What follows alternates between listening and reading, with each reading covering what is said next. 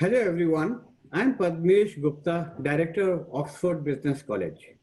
On behalf of all the hosts of today's event, Oxford Business College, Kriti UK Birmingham and Sampad, I welcome you all to the UK chapter of the Right Circle event, which is an initiative of Prabha Khaitan Foundation, an NGO based in Kolkata, India.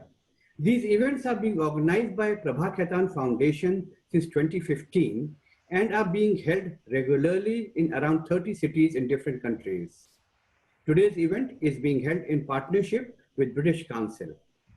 It is a privilege today to have with us Preeti Shenoy, who is amongst the highest selling authors in India and since 2013 on the Forbes long list of the most influential celebrities. Preeti is in fact recipient of several awards of national and international repute and an author of many best-selling, most popular books. Preeti will be in conversation with Titiksha from Birmingham, who is a fashion designer by profession, poet and writer in her own esteem. Today's event will be for 30 minutes talk, followed by question and answer session with audience for about 15 minutes. To ask your question, may I please ask you to raise your hand through an icon on your Zoom screen, and you will be invited to ask your question depending on time allowance. With this brief introduction, I hand over the stage to Preeti and Titiksha with all good wishes. Thank you. So very, very warm welcome and good evening from Birmingham to Preeti Shenoy, who is joining us from Bangalore in India, and to all our audiences joining us from all over UK and in fact across the globe today. This is our first virtual Right Circle UK conversation in Conversation With, and we're extremely privileged to have a bestseller as our first virtual guest. So Preeti, you've written more than 9 books by now, and you've consistently been on the charts. Yes. So who better but to ask what are the parameters of the bestseller and what makes a bestseller? What are the parameters of the bestseller? I think the audience will be best able to answer it. In fact, I have written, this is the first time I think where I can actually show my awards, and since it's a virtual thing and I'm at my home, and all my books too. Because normally events, it's more than 10 books. So normally in events, I don't carry any of my books. So today when I said it's virtual, okay, I said I'm in my comfort zone. I can just, bring my books and I can show my books. So what makes a bestseller in India? It's the sheer number of copies. So my books have sold more than 1 million copies. So that is a bestseller. So, but do you have a certain, numbers that you need to cross for it to be a bestseller? Is it one of the parameters? I think in India it is. I think, okay. I think what the publishers do is they keep changing the numbers, I guess. But I really don't know. You'll have to ask a publisher, because for me, what happens is my books always, even the pre-orders, like, when they push out the books, even the pre-orders sell more than 30,000 copies, just the pre-orders. So, wow. So then, then I don't even think, oh, how many numbers to achieve a bestseller. I would have probably thought that with my first book, and that was more than 10 years ago. So frankly, I really don't know the numbers, and I wouldn't just like to commit to a number which I have no idea about. So a publisher would probably be best suited to answer that. But yeah, I'm very grateful that my books sell in large numbers, and more importantly, I'm really grateful that my books touch lives. Yes. So more than being a bestseller, because see, even if you're a bestseller, what's the point if your book hasn't made an impact on someone's life? And for me, the number of messages that I get daily, okay, on a daily basis, I get at least 20-25 messages telling me how my books have made an impact and changed someone's life. And that for me is amazing. It's truly humbling. It's very humbling, because that's never something I set out to do. Yes. I was just telling a story. I was just writing a book. I had no clue that it would sell so much. And when someone actually comes back and tells me this, I used to be very overwhelmed, and now I'm just grateful. I'm really grateful for that. Your first book, maybe about 12 years ago, Right. It was a collection of your short, crisp stories which came in from your, personal life, Yes. Yes. life incidents from your personal life. Yes. But you know what intrigues me most Yeah. is its title. Yeah. 34 bubblegums and candies. I Yeah. mean, yummy. It brings me memories of my childhood, Please shed some light on that title. Yeah, so actually, see, the book was relaunched. That no longer exists, that book. So if you try to buy that book, you'll never get it. So that's relaunched as Love a Little Stronger. Yes. So I have mentioned why the title came about and why the title was changed. So that's mentioned in the introduction. So I could just, I could just read out that para. No, but why bubblegum and candies? I want to know, what did that stand for in the book? Yeah, so I can just tell you why Sure. it is. So that's the preface of the first book, which I have mentioned in this. Okay. Because someone who picks up this book will not know why that was called 34 Bubblegum. Yes, please do, please. So here's the preface of my first book. It's only in fairy tales that there are happy endings and the hero always wins. Real life is rarely like that. It's mostly imperfect. There are times when some things happen that are so embarrassing that you wish you had powers to escape like Houdini, or you could change things with the flip of a switch, like changing channels when you don't like a TV program.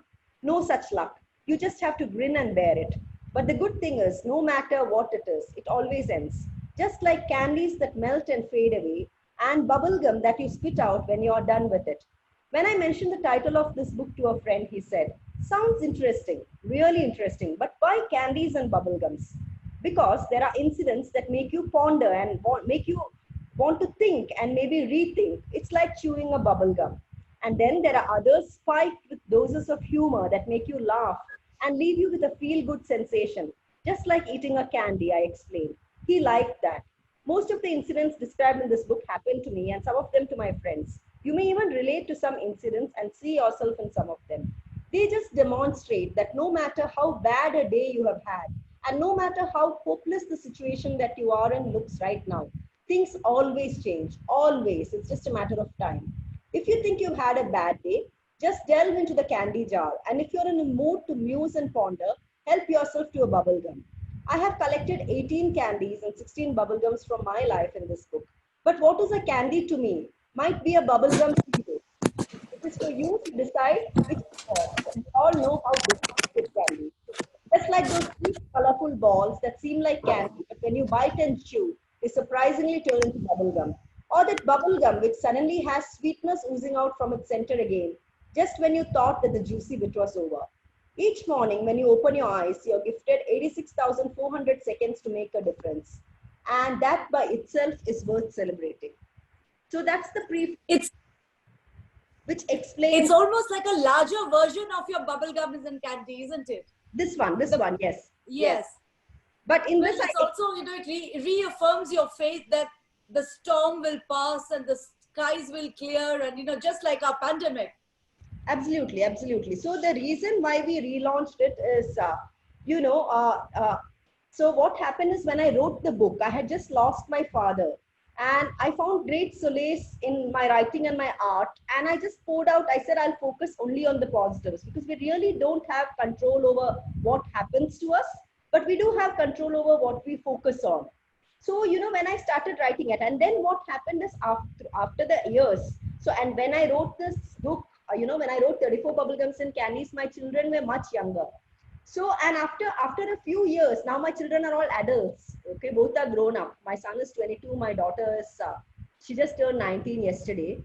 So, when people read that book, they got the feeling that my kids were still younger, and because they were reading it now. But for me, it was my reality many years ago.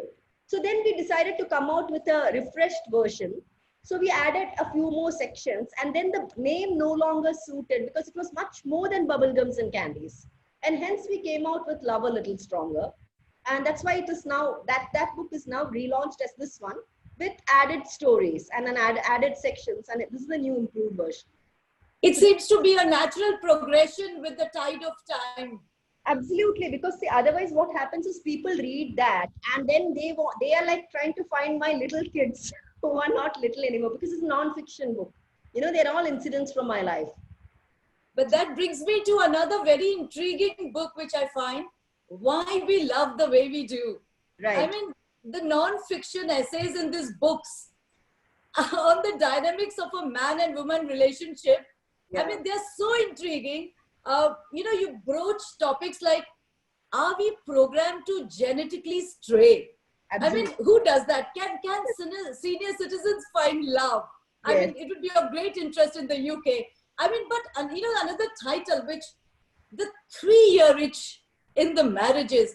I mean, Yes. do you, Preeti, feel that in today's fast-forward age of WhatsApp and Tinder and other social media pressures, that the 7-year itch has come down to 3 year? Really, it has maybe even 7 months, I would say, because what happened is, say when someone got married 25 years ago, okay, so they did not have too many options. Okay, there was no internet and there was no smartphone. So if someone wanted to have an affair, what were the chances? They had to physically go find that person, and then there will be this telephone which is kept in the drawing room or in the hallway. And if you talk on the telephone, the entire house can hear. So the options of the secrecy and all of that was very limited, one. And the second thing is, I don't think life was as it is today. Okay, it was a different time, a different era, a different age. So, and I think people have changed. Now, has love changed? Love hasn't changed. Have options become more available to women? Definitely, because as women become more and more financially independent, and I'm sure that if you see the sheer number of working women, it will be larger today than it was 25 years ago. So when women are more exposed, women have freedom. They're like, okay, we don't have to put up with this nonsense. And of course, they're going to go out and find love or whatever, and they're going to have the courage and the guts to break away from convention. So yeah, definitely the tolerance, and it's for both men and women. When you have options, it's like you're gifted a box of chocolates. You want to try every chocolate in the box. Now, whether that's a good thing or bad thing, I'm not passing moral judgments. Yes. How it is. But then this would have required a lot of research, because this can't just come as a piece of fiction, Correct. So you Correct. need to be talking to a lot of people across the board. All the topics are such. So how did you end up, almost enrolling these, characters, that whom am I going to talk with and how many people I'm going to talk with? And did you throw them direct questions? Yes. So I'll tell you what happened is, I used to write this column called Sex and the City in the Financial Chronicle. So I wrote that for many years. Okay. And I discovered that people actually want to tell someone about it. Okay. They want to speak about it. Now, when you say, and of course, it's a trust thing. So I have not disclosed any names. I have not, I've changed all the identifying details and all of it. So, so whenever I research, I would first read up a lot on the subject. I would, so all the, wherever I have quoted in the book, I would have given the source, and I would speak to people, and then I would write the essay. So they were initially published in the newspaper as essays, and then later we collated all the interesting topics. So see, I wrote for many years, and the number of essays in this, when I compared to every week, there was a new column. So we took the most interesting ones and then we adapted it to suit the book. So that's how this book came about. Well, I highly recommend it. I highly recommend it to all the age groups. And this has no borders. Let me tell all the audiences joining us today, it's nothing to do with that. It's only apt for India or, a particular society. It's a great read, and please go out and definitely have this book. Preeti, your books are so relationship driven. Yes. I won't call it that you are a romantic writer only, because I know you write across the board on even taboo subjects. But, have your readers, because I think they're more relationship driven. Do they ever look upon you as like a love guru or an agony aunt and seek out help? Oh yes, all the time. It's like crazy. There are kind of messages that I get on Instagram is absolutely like, they think that I have the solutions.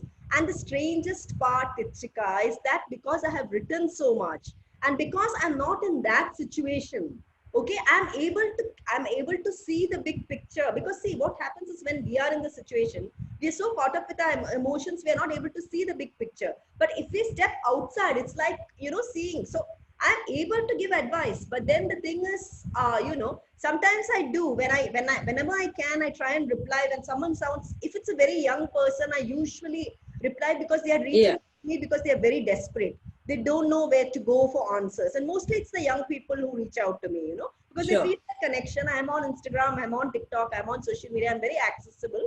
So yeah, I do try and reply because I feel, okay, when I know what it is like to be young and confused, and it means so much to you. When you're older, you're able to compose yourself and you're able to get a perspective. So yeah, I do try and reply, and I get that all the time. Lovely. I know that you have a very unique start to your morning walk with your beloved Doberman, and spending, that's your me time kind of a thing. But what has your routine been in the pandemic lockdown, to stay positive? And has it inspired you for some new material?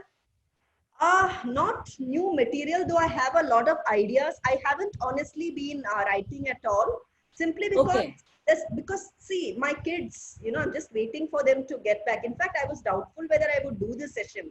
So my son, in fact, is arriving on a special plane tomorrow from Singapore, both study abroad. So I wasn't sure, I said, oh, if his flight is today, no way I'm going to, be able to do this session. So it was in fact doubtful. So as a mom, I have a lot of anxiety. As a writer, I do have a lot of material, and I always feel that, look, it doesn't mean that just because it's the pandemic, okay, you have to write and you have to be productive. Do whatever you want to keep your sanity. Like, I've started an exercise program. I'm the fittest I have ever been in my life. Fantastic. Yeah, so that, and then the other thing I've started is art. I'm also an artist. So I make these portraits, okay? So I make. Oh, you're doing currently the 30 faces in 30 days in your illustrating journal, aren't you? Yes. So this is my so every. Please give out your the Instagram ID, because I think, Preeti, they are so fabulous, so detailed, and I just love the 3-liners that go with each face that you've been sketching. Oh, thank you so much. Yeah, it's Preeti Shenoy Art. So I have two handles. One is Preeti Shenoy, the other is Preeti Shenoy Art. So I make this, I make one face every day, and I give a quote. So, and usually the quote comes to me as I make the portrait. So like this, right. Sometimes we regret the things we didn't do more than the things we did. And I feel it goes with the, with the face. So whatever when I draw the face, that's what I write. So where have you picked up these faces from? So there is this international community of artists that I'm a member of. It's called Sketchy, and every day we get a muse in our inbox. Okay, so every day we get a muse. So then it's something to look forward to each day. So you just open your inbox and your muse is there. So it's this international, a very, very nice community which anyone interested in portraiture can join. You have to pay an amount and then join, and you get these muses. And they're a beautiful community. I made many friends there all over the world. So we are all drawing the same face, and at the end of the day, we share it. And then we comment on each other's work, and then we learn so much. And it's very, very beautiful, So that's one thing that kept me busy. So I believe this, due to the lockdown, you were unable to release the book that you'd, I think, gone off to Mumbai, but you can pre-order it from Amazon. But what interested me was that now your children are playing a part. I mean, I know your daughter has perhaps played a part in that book. Can you tell us something more about it? Yeah, it's actually very nice to be able to share because now my kids are grown up, okay, and now it's very nice. So the book is a young adult's book. It's called When Love Came Calling, and it in fact begins in UK. So perhaps it's because I just visited Birmingham, and I used to live in the UK. I used to live in Norwich earlier before I moved back to India. So there's this boy who's born and raised in UK. He's never been to India. Okay, his parents migrated long back, and so this boy has never seen India. His father hates India, and he doesn't know why his dad hates India. Finally, he wins a scholarship, and he gets a chance to come to India for 12 weeks.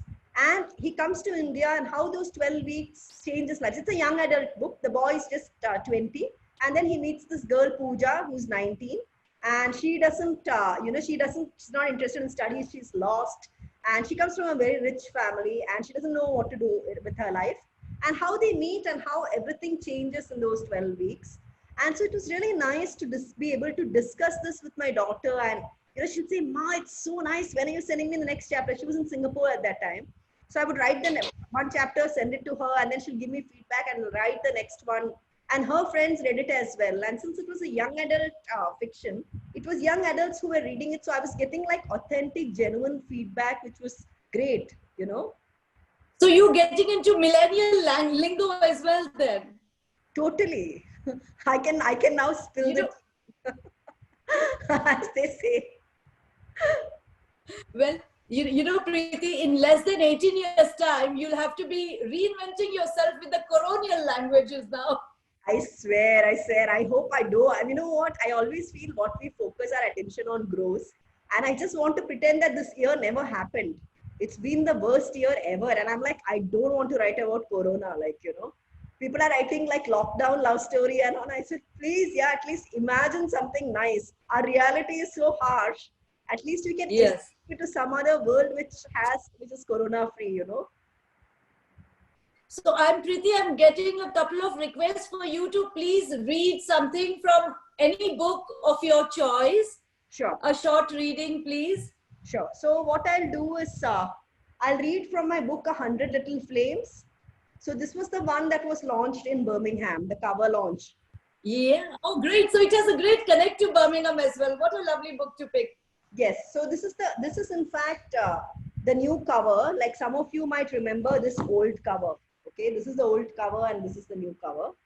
So I'll just tell you what this is about.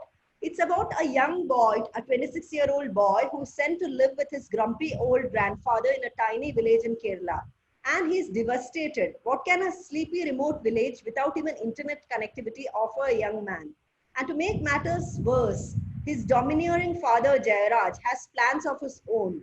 And Ayan, how he comes to terms with his own reality and how he connects with his, grandfather. And actual hero of this book is an octogenarian named Gopal Shankar, a very cantankerous old man. So it has a very unusual protagonist. And I'll just read a small part from the start of this book, and I'll read a chapter in the middle. So it will give you a nice flavor of the book. This is how chapter 1 begins. There were two completely unrelated incidents that happened on Sunday, which would change Ayan's life forever. One, he attended an office party thrown by his boss in a swanky uptown pub in Pune. Two, more than 1,000 miles away in a small village in Kerala, not identifiable by Google Maps, his grandfather had a quarrel. On Monday morning, unaware of anything but the clock on his computer ticking, Ayan took a sip of the horrendous office tea with overboiled tea leaves, too much milk and sugar. He had only 45 minutes left before the meeting was to begin. Beads of perspiration trickled down his forehead into his eye, and he blinked.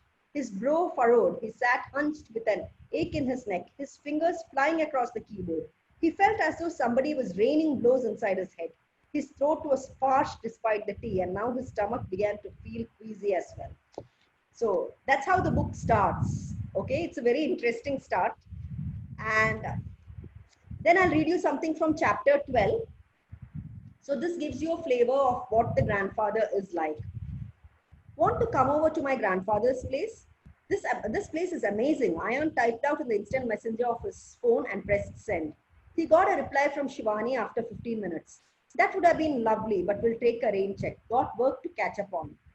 Ayan was a little disappointed, but then he thought that she had agreed to visit him. He would have had to invite Nishi and Dheeraj too, and he really didn't want that. After Shivani opened up with her story, he felt he could let her into his world, but as far as the other two were concerned, he was not ready yet to have them over. He got a message from his father and his mother that they wanted to speak to him on a Skype call, and they would call soon. Ayan decided to Skype from the veranda. He told his grandfather that he would be able to see his family when they called. Pah, video call. I have read about it.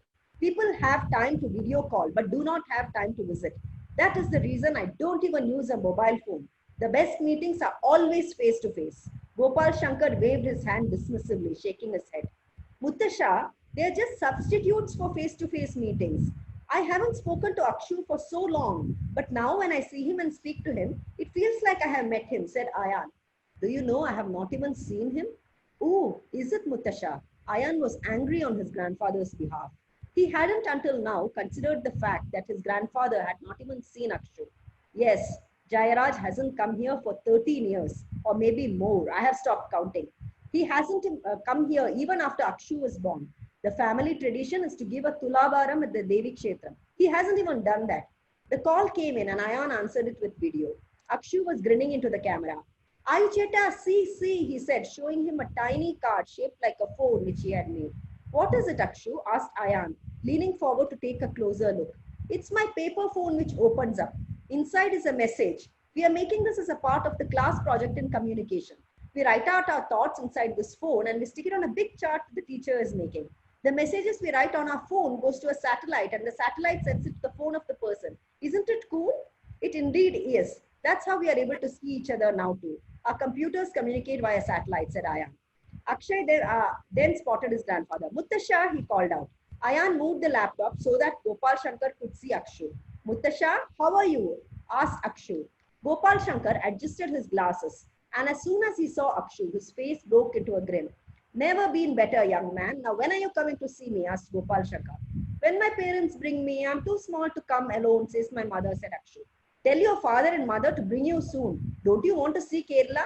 Asked Gopal Shankar. Yes, Mutasha, I want to come there. I've seen photos on the internet. It's so beautiful. What internet? You should see all this in person, said Gopal Shankar. Ayan's mother came onto the screen and she greeted Gopal Shankar. She asked him how he was doing and how his leg was healing. Gopal Shankar said that the cast would come off soon. She asked if Velu was taking care of him and Gopal Shankar snorted. Velu's loyalty can never be questioned. He has been with me for years. He is trustworthy and he'll never betray me, he said. She realized she had touched a raw nerve and hurriedly asked for help. Ayan Mone, see who is here, she said.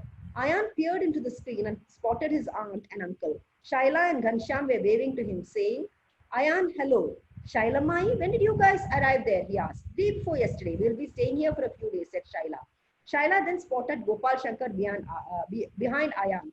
Acha, she called out. Gopal Shankar stared straight ahead, refusing to look at the laptop, refusing to look at Shaila. Acha, it's been so many years. Isn't it time to let go? She said. Gopal Shankar clenched his fists, gritted his teeth, and his face was slowly turning red with rage. He seemed to be breathing faster. And then he spoke. It seemed like he was finding it difficult to not yell. His tone was controlled measure. Tell her I do not talk to those who don't put family first, he said. Acha, have you forgotten? It was you who, said Shaila. Shut up, no more, thundered Gopal Shankar. Ayan was startled. He had never seen Gopal Shankar like this before. Not fit to be my daughter. Pah! Just go, Gopal Shankar shouted. He hurled his empty tumbler of tea in anger. It landed with a thud in the mud in the garden. Velu came running to see what the commotion was. Ayan didn't know what to do. He could see Shaila Mai crying and then she disappeared from the screen. Ayan walked with the laptop in the drawing room inside the house so that his grandfather wouldn't get angrier. His mother said, why did you include Mutashan in the call? How was I to know I was not supposed to? You knew where I was. You should have told Acha to mention it explicitly. So that's a little, section from my book. Preeti, for me, just even listening that, it would make an amazing blockbuster film. Yeah. I mean, where would you get a story where the audience is left to wonder whether it's Ayan or Gopal Shankar or his dominating father, who is the protagonist? So, I don't know, can you see this or any of your other books being turned into a Bollywood screenplay or Netflix? Yeah. In fact, talks are going on, but I'm not at liberty to talk about it. So hopefully when all this pandemic ends, because then, all that was happening when this COVID came. So hopefully sometime in the future, you'll see all my books. So I am in conversation with a lot of people and good production houses, We cannot wait. Amazing. And I think I'm running out of time. I have so many questions. And for this, I think, Preeti, you have to come back to us in Birmingham and Oxford. This is not enough. I think this is like a little trailer for our audiences here.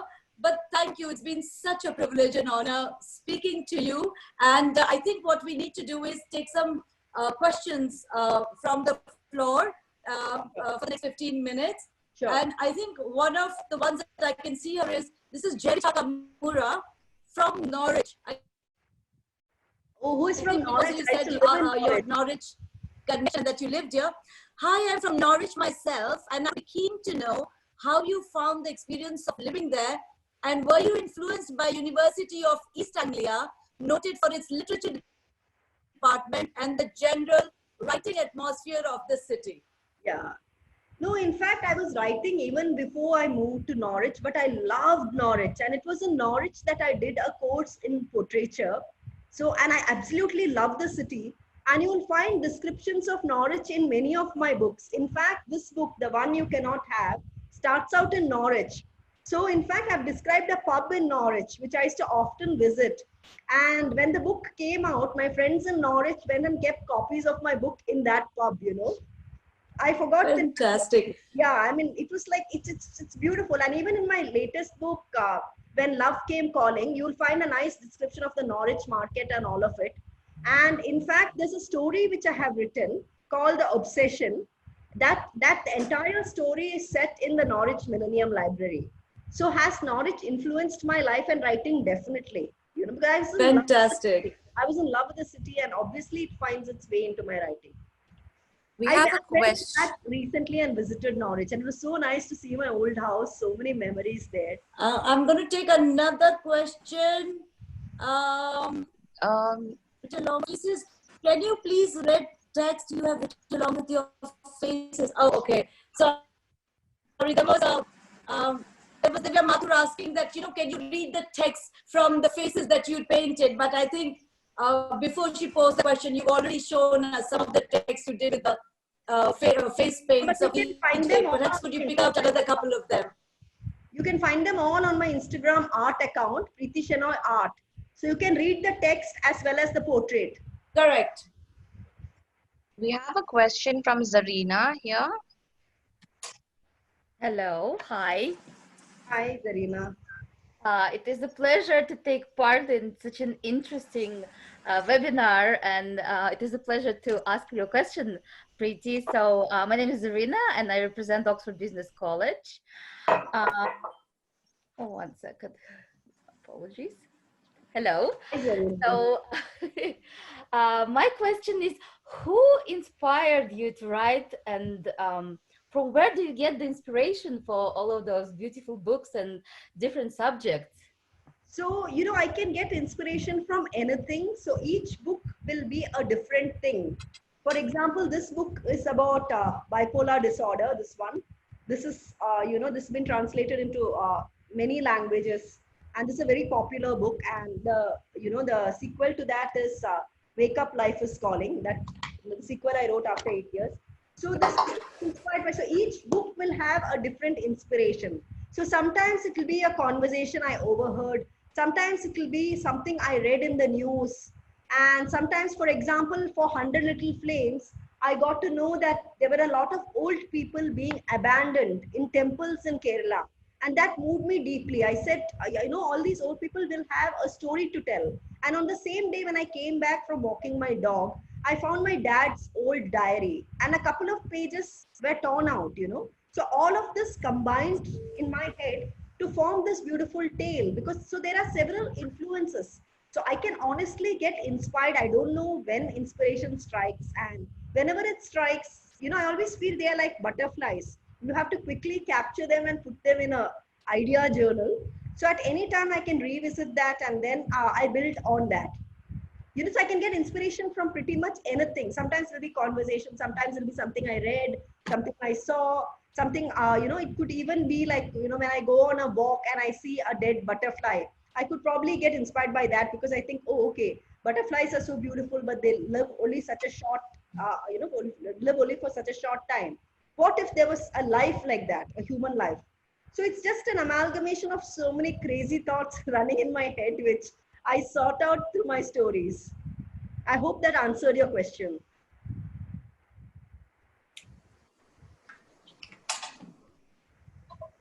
We have another question from Munir. Hi, Munir.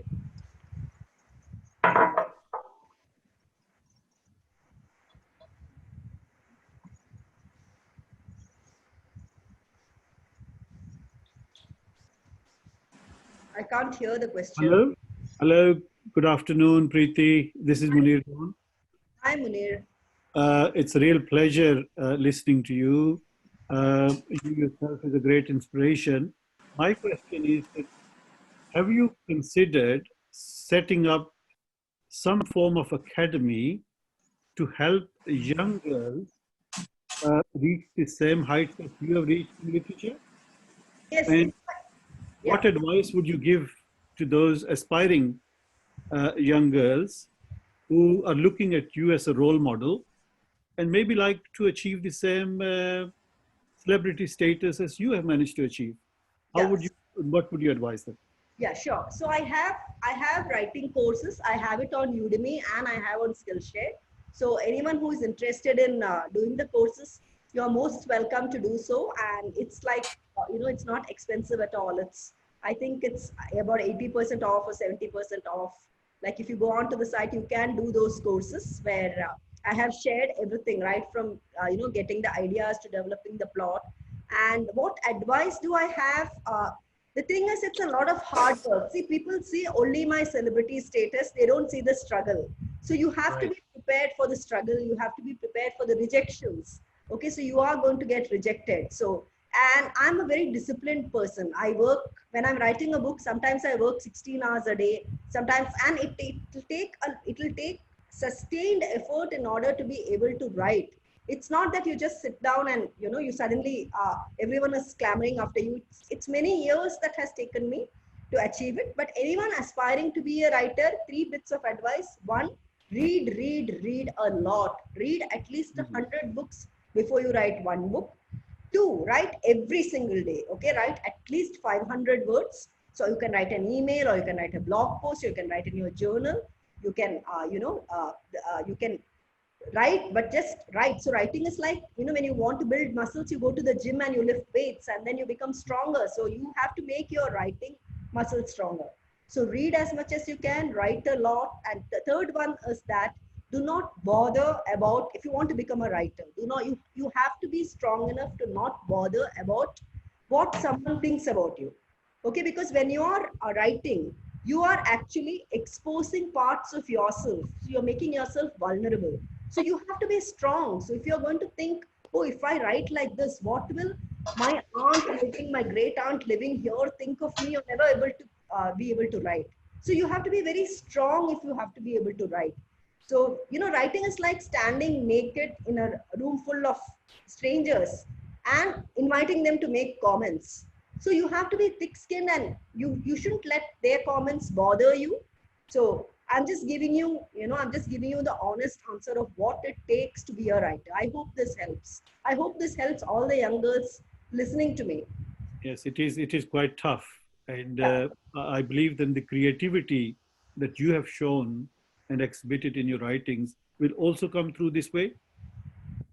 Creativity doesn't come from strength. They are two separate parts. Like I have like 1,000 ideas running, but what's the point of that creativity if it is not backed by hard work? Like you can have ideas, but unless you sit down and every day sit down and write those words, till it becomes a book, there's no point having that creativity, right? So it's a combination of both. Thank you very much. Thank you.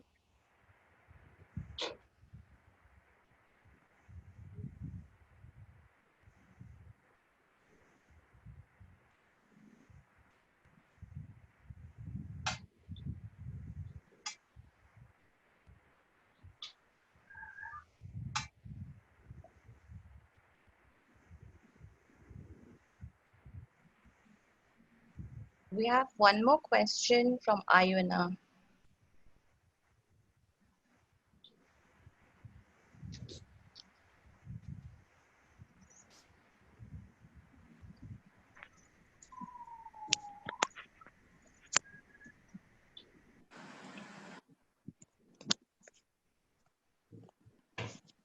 I can't hear you, Ayona. The audio isn't coming through. Hi, Preeti Auntie. My name is Iona. I'm 13 years old and from Birmingham. So I've been writing since I was about 8 years old. and I mainly write poetry, though I've made a small entry into prose. So for my question, I was curious whether poetry has ever influenced your work, if you've ever experimented with poetry, or do you have any favorite poet? Yeah, I have written more than 100 poems, but unfortunately, Oh. there's no market for poetry. So only Oh. one of them have been published in an anthology, and they have been commissioned. Magazine, Condé Nast magazine has commissioned my poetry, but Wow. in India, there's really no market for poetry. No one wants to read poetry. No one wants to publish poetry. Oh. So I hope at some time, you make transition into prose, like if you want, because my books are mostly, they're mostly fiction, and there's one non-fiction. And publishers want to publish what sells, but don't let that discourage you. Maybe there'll be some publisher in UK who is publishing poetry, so you will have to look at that, and you'll have to try to get published there. Okay, thank you. Yeah, you're welcome. Preeti, in fact, I have a question to ask you. Yeah. It's, I know you're on the top 5 bestseller list, okay? And I assume this is your bread and butter. Yes. Okay. But tell me, is writing a profession that is financially viable for anybody else? See, unless you sell thousands and thousands and thousands of copies, do not quit your day job. I always tell this. So initially, my books were not selling that much. My first book, my second book, so I didn't quit my day job. It's only when your books reach that league where it sells, where you write and you're confident that it will sell 30,000, 40,000 copies, where you get 6-figure, 7-figure advances. If you reach that stage, then it becomes sustainable. Okay, otherwise do not quit your day job. If you are interested in writing, please take up a job in a newspaper or do in a magazine or something where you get that pay packet, assured pay packet at the end of the day, because it's not easy at all. Now, touch wood, I'm fortunate, I have worked hard, I have achieved, I'm grateful for that. But my advice to anyone, please don't quit your day job. It's not advisable till you reach large numbers. Thank you for that. And I think that's time enough. Kathy, can you hear me? Do we have any time now to take any questions? I think we don't have any more time, so we'll invite Ms. Piali Ray, Director of Sampad Arts, to give the welcome, the thank you. Vote of thanks. Thank you. Yeah. Thank you so much, Preeti. It's been such a joy to listen to you, to hear you. And, you've got an infectious, very positive energy, which I absolutely love. And we need it. Now, in this, environment, that's exactly what we need, to feel positive and to look at human beings and their stories where things can change for the better. Absolutely. So thank you so much for joining us, for coming for this session. I know you had a few challenges yourself, but thank you so much for joining and agreeing to come. And we hope you'll come back and we'll meet in person when the world will reopen. When all this madness is over, I really hope to come back to Birmingham, maybe as a part of the literature festival or something. Anytime they invite me, you have to. Definitely. You must come. We will. Your tea and schools are on us. Yeah. Absolutely. Thank you so much. Thank you, Kathy, for holding our front from Calcutta, looking after the entire digital platform. And thank you, Titiksha, yourself, for conducting this, for taking us through this journey very, very warmly, very nicely, very efficiently. So thank you, Titiksha. Thank you, Padmish, and all the partners who make all these things happen. We are a positive energy ourselves, Kriti UK, Sampad coming together, Oxford Business College, Prabha Python Foundation, joining hands is the way forward. So I'm really pleased that we are doing this together. And Preeti, you have to come back. Definitely. Absolutely. I very much want so many more people, so many more young writers to talk to you, like Iona, to listen to you and talk to you. So thank you again. Thank you. Thank you, Kathy. Thank you all. Thank you. Bye. Bye.